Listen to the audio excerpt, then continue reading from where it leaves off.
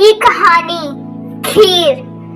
Sheikh chilli बेहद ही मूर्ख था और हमेशा मूर्खता भरी बातें करता था। उसकी माँ अपने बेटे की मूर्खता भरी बातों से बहुत परेशान रहती थी। एक बार शेख चिल्ली ने अपनी माँ से पूछा कि लोग मरते कैसे हैं।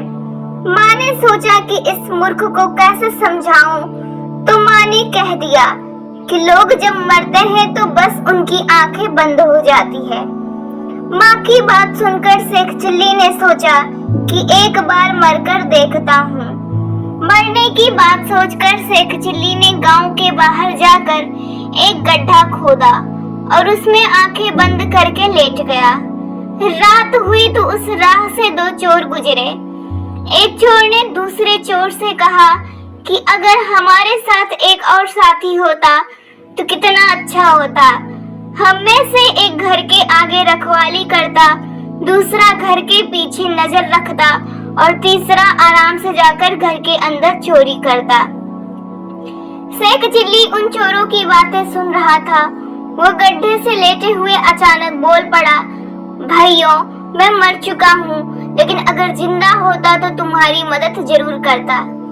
शेख चिल्ली की बात सुनकर वो दोनों चोर समझ गए कि ये निहायत ही मूर्ख आदमी है।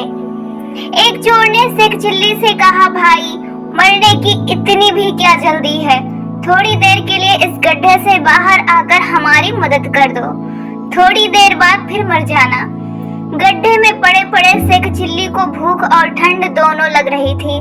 उसने सोचा, चलो चोरों की मदद ही कर देता हूँ।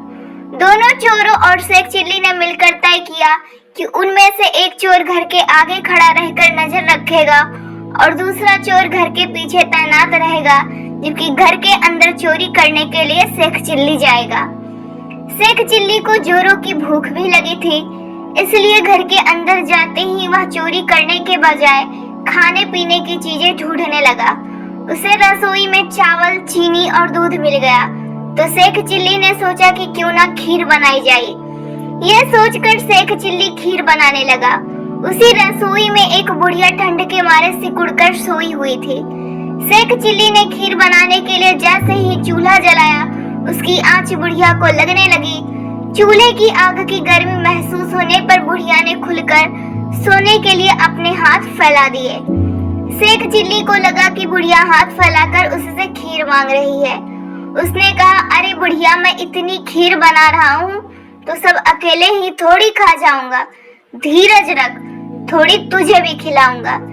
जैसे जैसे चूल्हे के आंच की गर्मी बुढ़िया को लगती रही, वह अपने हाथ और ज्यादा फैलाकर सोने लगी। शेख चिल्ली को लगा कि बुढ़िया खीर मांगने के लिए ही हाथ फैला रही है। इससे झल्लाकर उसने एकदम गर्म खीर बुढ़िया के हाथ पर रख दी। इससे बुढ़िया का हाथ जल गया और वह चीखते हुए उठ गई और शेख चिल्ली पकड़ा गया।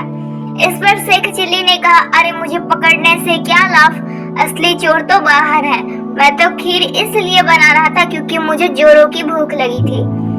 इस तरह शेख चिल्ली न सिर्फ खुद पकड़ा गया बल्कि दोनों चोरों को भी पकड़वा दिया। कहानी से सीख, बुरे लोगों की संगत में रहने से हमेशा नुकसान ही होता है।